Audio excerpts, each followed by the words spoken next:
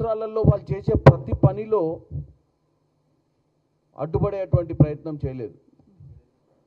కాబట్టి నేను ఒకటే కోరుకుంటున్నా, హరీష్ రావు గారు ఈరోజు కూడా కోకాపేట నియోపోలిస్ దగ్గర ఉన్నటువంటి శారదా పీఠం, విశాఖ శారదా పీఠానికి 2 ఎకరాల భూమిని వాళ్ళ హయాంలో 2019లో కేవలం ఒక్క రూపాయికు అంత ప్రాధాన్యత కూడినటువంటి ప్రాంతంలో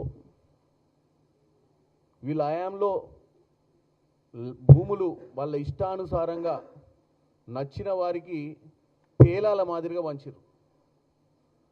ఈరోజు ప్రభుత్వం అదే శారదా పీఠం వారికి అక్కడ కొన్ని ప్రజా అవసరాల కోసం భూములు అవసరం ఉన్నాయి కాబట్టే వారికి శంషాబాద్లో ఒక డెవలప్డ్ ఏరియాలో అదే ల్యాండ్ని కేటాయించడం జరిగింది, అదే సైజు ల్యాండ్ని. ఎందుకంటే మా ప్రభుత్వానికి కూడా భక్తి శ్రద్ధలు ఉన్నాయి.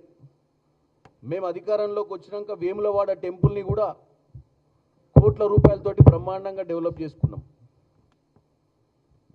మీరు ఈ మధ్య చూసినట్టయితే సమ్మక్క సారక్కలో 150 కోట్లు పెట్టి సమ్మక్క సారక్కలో ఆయన 10 ఏళ్లలో ఏ రోజు గద్దెల దగ్గర డెవలప్మెంట్ చేసినటువంటి పరిస్థితి లేదు. మాకి భక్తి శ్రద్ధలు ఉన్నాయి, మాకు ఈ ప్రభుత్వానికి మంచి చెయ్యాలి అన్న ఆలోచన ఉంది కాబట్టే మేము వేముల వాడలనైనా సమ్మక్క సారక్క కోసమైనా హిందూ దేవుళ్ళ కోసమైనా ఇంకెవరికైనా అన్ని మతాలకు ఒక మంచి ఆలోచనతోటి ప్రార్థనా మందిరాలు కట్టేయడానికి మేము ఈ రోజు కూడా వెనకాడినటువంటి పరిస్థితి లేదు.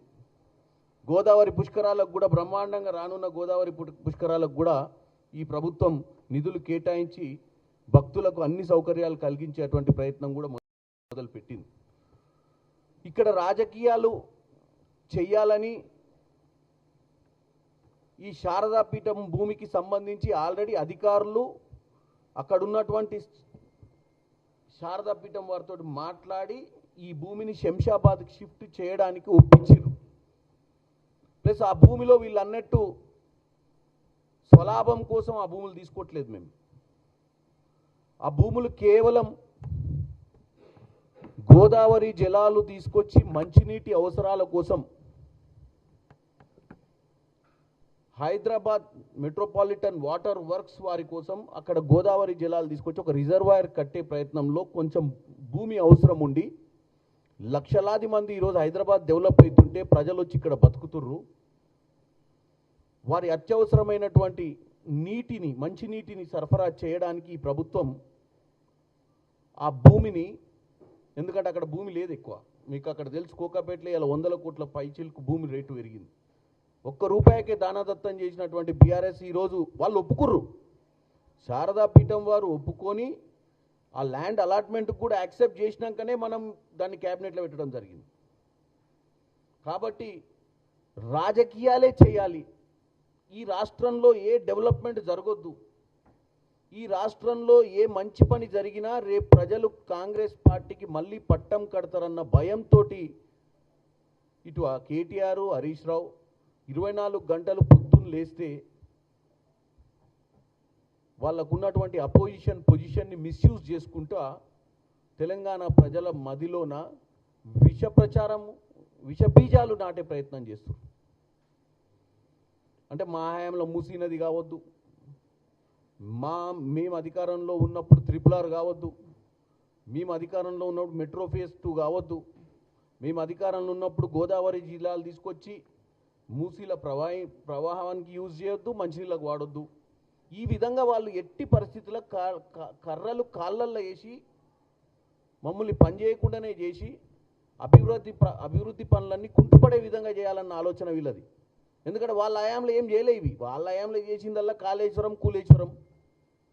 వాళ్ళ హయాంలో బిల్డింగులు, పెద్ద పెద్ద బంగ్లాలు కట్టేదే తప్ప ప్రజల అవసరాల కోసం ఏం పని చేసిన దాఖలాలే లేవు. సెక్రటేరియట్ మంచి భవనం ఉన్నా సెక్రటేరియట్ ఇంకా కొన్ని సంవత్సరాలు, ఇంకా 10 దశాబ్దాలు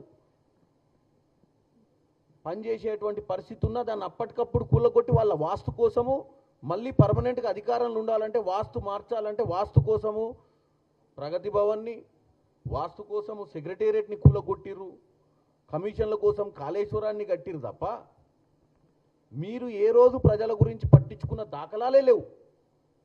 ఇప్పుడు వచ్చి మీరు మేము చేస్తున్న ప్రతి పనిని ఏదో విధంగా ప్రజల మధ్యనికి వెళ్ళి అటు ప్రాంతీయ తత్వంతోటో కులమతాల మధ్యన చిచ్చుపెట్టే విధంగానో లేకపోతే ఏదో విధంగా డెవలప్మెంట్ జరుగుతుంటే డెవలప్మెంట్ని ఆపే ప్రయత్నం చేస్తుండు హరీష్ రావు గారు. ముఖ్యంగా తెలంగాణ ప్రజలు గమనించాలి. ఈరోజు మన తెలంగాణను ఆ గుజరాత్ లెక్కనో అక్కడ నరేంద్ర మోడీ ముఖ్యమంత్రిగా ఉన్నప్పుడు చేసుకున్నటువంటి డెవలప్మెంట్ మనం కూడా చేసుకోవాలి కదా. మన దగ్గర కూడా అందరూ ఆర్థికంగా స్ట్రాంగ్ ఉండాలి కదా. మరి అటువంటి పరిస్థితి ఉన్నప్పుడు చేయాలనుకున్నప్పుడు పట్టుదల ఉండాలి ముఖ్యమంత్రికి. ఇవాళ బీజేపీ నాయకులు కూడా ఈ హరీష్ రావును కేటీఆర్ చూసి మేమేం చేయలేకపోతే బాగుండదేమోనని చెప్పి వచ్చి మాట్లాడినట్టుగానే ఉంది. కానీ వాస్తవాలు వాళ్ళకు ఇలా రామచంద్రరావు గారు నిన్న చెప్పుకుంటూ అంటుండు సబర్మతికి మూసీకి సంబంధం లేదంటుండు. ఎందుకు సంబంధం లేదు?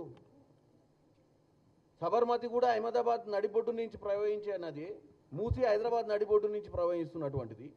మరి దీన్ని డెవలప్మెంట్ చేయాలన్నప్పుడు సబర్మతిలో ఏ రోజు మేము గుడిసెలు తీయలేదంటాడు. సబర్మతిలో 2011 వేల కొద్ది మందిని కుటుంబాలను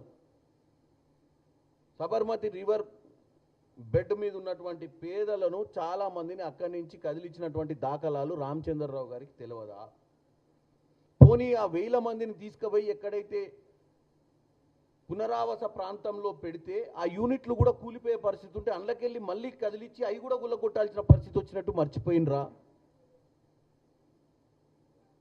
గాంధీనగర్లో 2025 అంటే పోయిన సంవత్సరమే ఎన్ని ఇళ్ళు తీసేసిర్రు? గాంధీనగర్లో ఉన్నటువంటి నది ఒడ్డున ఎన్ని ఇల్లులు 2025లో అంటే సంవత్సరం క్రితం 2011 ఏమో సబర్మతిది. ఇదే గుజరాత్లో గాంధీనగర్లో కూడా లాస్ట్ ఇయర్ కూడా మీరు అక్కడ నది ప్రక్షాళన చేయాలనుకున్నప్పుడు ఎన్నో ఇల్లులు తీసిరు. మరి మీ బీజేపీ పాలిత రాష్ట్రాలు మాత్రం బ్రహ్మాండంగా డెవలప్ కావాలి.